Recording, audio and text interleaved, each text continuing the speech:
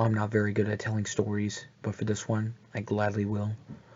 I'm a big fan of Chuck E. Cheese. The rat, the chicken, the monster, the dog, and the chef have a place in my heart. Now, to be honest, I prefer the older characters as well as designs, but I still love the place, the games, the pizza, and especially the animatronics.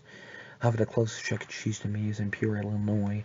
However, apparently they're going to demolish the place and replace it with a children's hospital. How dare they remove such a beautiful place with a puny garbage children's hospital? What kind of person are you? But anyways, the final day came where you can enter the place, and I decided to enter, obviously. I played some arcade games and ate some food. But at the last hour, I had to take a massive dump. However, I didn't actually have to take a dump. I was actually going to hide out of the bathroom until everyone was gone, and then I would have been there all by myself. I waited for like 40 hours. I finally got out of the bathroom stall. Luckily, the bathroom floor wasn't wet, and I opened the door, and I realized that everything was pitch black. Pretty understandable. I eventually went into the electric room and turned on the power. Yeah, I know this place quite well. I eventually went over to the animatronics and realized that Jasper T. Jowls and Pasqually were gone.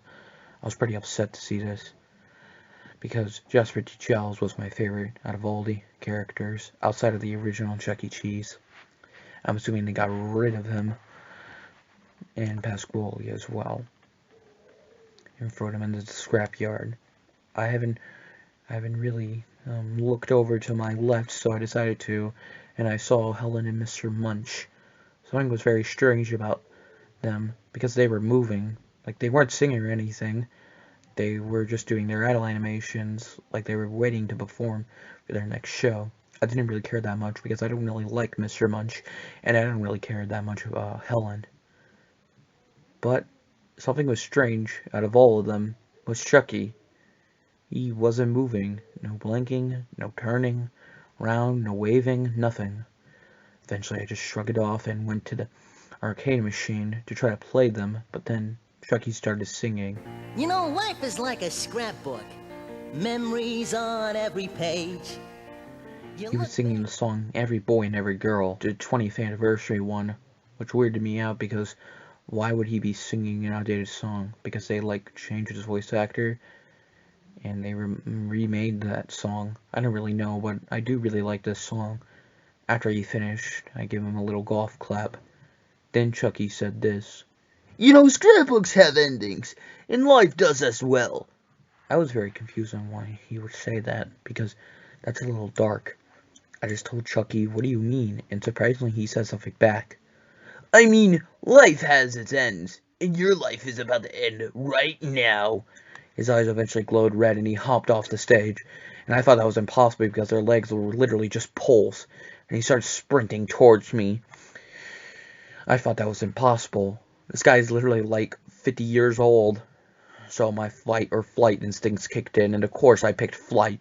I sprinted away from Chucky, trying to get to the door. I also saw the Jurassic Park arcade game. I wanted to play it very badly, however, I couldn't, obviously.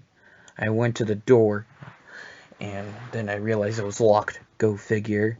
Eventually, Chucky was right behind me, and he said, now, it's time to close the book on your life. I was very scared and closed my eyes, waiting for him to munch down on me.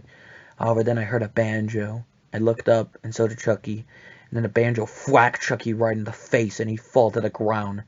Then I realized it was Jasper T. Jowls. He wasn't gone, and he told me, gosh, you really need some help. Then I heard another voice. Order a Big C. It was Pasqually with a pizza, and he slammed it right into Chucky's face. Jasper then broke the door and told me to go. I opened the door and looked back while I saw Jasper and Pasqually beat the crap out of Chucky. I eventually left and went into my house and slept for the rest of the night.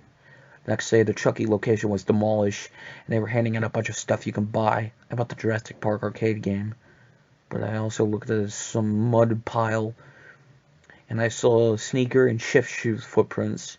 I realized that those two made it out alive, but I also saw paw footprints, and I knew that the only person who was barefoot in the Munch Make-Believe Band was Chucky. I never understood the name Munch's Make-Believe Band, but whatever. So if you ever seen Pasqually or Jasper in the woods, give them a shake and a hug. However, if you see Chuck E. Cheese in the forest, give him a hug and a kiss.